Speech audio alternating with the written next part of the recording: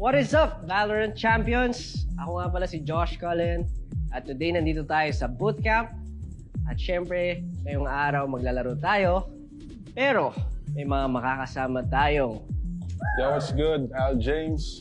Yeah, kumusta? yun. Hello, my name is Zach Tabudo.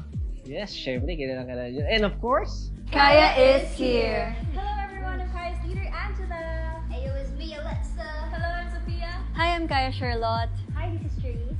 by any chance, nakapaglaro na ba kayo ng Valorant? Yung mga twice lang, thrice. Thrice? First time namin. First time? Manok pa to, manok. Manok mo? Tutorial lang. Manok. Tutorial. Hanggang first part ka lang ng game. Yes. At least merong experience. Pero di ba ito yung magandang part dito? Kasi ngayong araw, mag-aaral tayo, maglaro ng Valorant. And for today's video, I'm gonna be your mentor. So explain ko lang sige yung Valorant. Siyempre mag-start tayo sa objectives. Medyo mahirap siyang i-digest nang wala tayong actual na nakikita. So mamaya i-demo ko sa inyo paano lahat ito. Pero merong objective talaga ang paglalaro ng Valorant. At kasama na doon, syempre, ang bukod sa pagbabarilan, kasama na, syempre, ang pagpa-plant ng spike. Okay?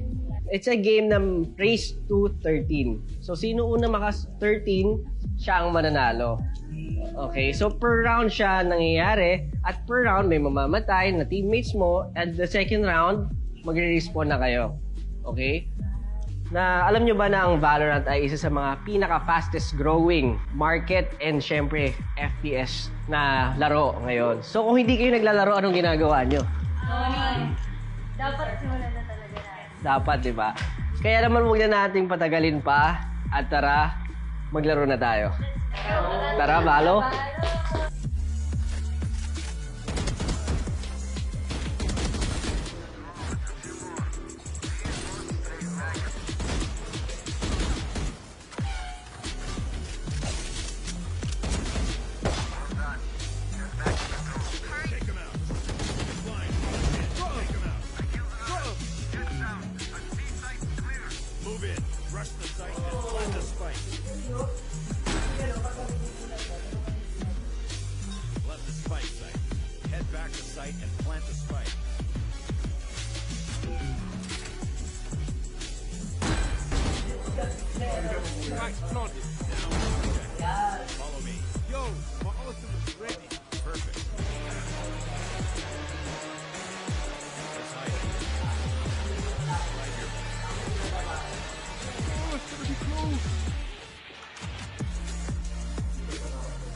Ano yung tingin nyo dapat gawin nyo pagka upo nyo dyan? Anong unang-una nyo gagawin? Kunin yung spike. So, tama yung spike. Pag attackers ka, kailangan spike dala-dala mo. Pag defender ka, kailangan ikaw mag-defuse ng spike. O kaya, hindi pipigilan mo sila mag-plant ng spike.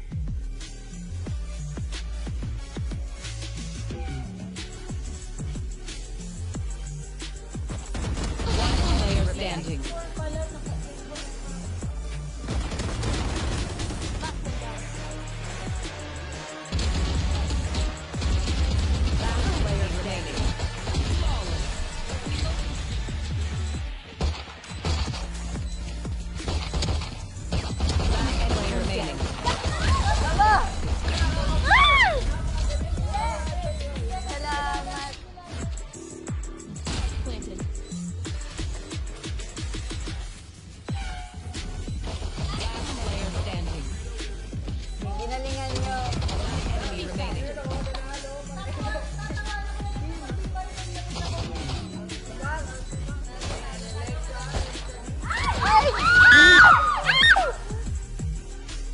Hey, what's up guys? Welcome back dito, syempre sa bootcamp namin.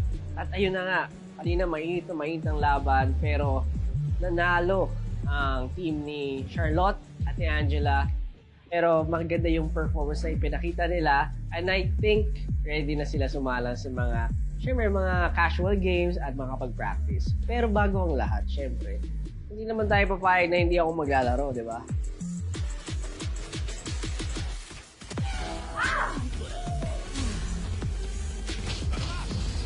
Oh my God.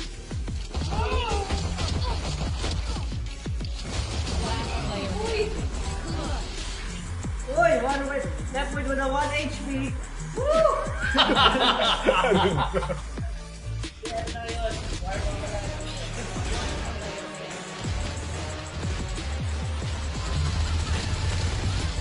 Grabe yun ah. Lakas si Sophia, grabe. Spike down A. Attackers win. At syempre para sa mga nanonood today, ganun lang po kadali mag-Valorant. And syempre kayo din, kung gusto nyo matuto, pwede nyo na simulan ngayon mismo.